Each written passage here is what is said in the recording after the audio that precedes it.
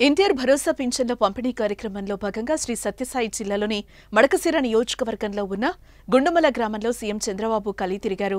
ముందుగా హెలిప్యాడ్ వద్ద ముఖ్యమంత్రికి మంత్రులు, ఎంపీలు, ఎమ్మెల్యేలు ఘన స్వాగతం పలికారు. గుండుమల గ్రామంలో లబ్ధిదారులకు ఆయన పింఛన్లు పంపిణీ చేశారు. గుండుమల గ్రామానికి చెందిన రామన్నకు ముఖ్యమంత్రి పెన్షన్ పంపిణీ చేశారు. రామన్న కుటుంబ సభ్యులతో ఆయన ముచ్చటించారు.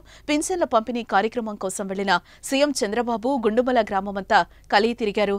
ఏమమ్మా బాగున్నారా అంటూ మహిళలను ఆప్యాయంగా పలకరించారు. ఈ సందర్భంగా పింఛన్దారుల కుటుంబ సభ్యులు చంద్రబాబు కాళ్లు మొక్కగా ఆయన కూడా వారి కాళ్లను మొక్కారు. కాళ్లు మొక్కే సంప్రదాయం వద్దంటూ వారికి చంద్రబాబు చెప్పారు. నువ్వు పట్టుకుని నేను కూడా కాళ్ళు పట్టుకోవాల్సి వస్తుంది, కాళ్ళు ఇటు పట్టుకోవాల్సి వస్తుంది.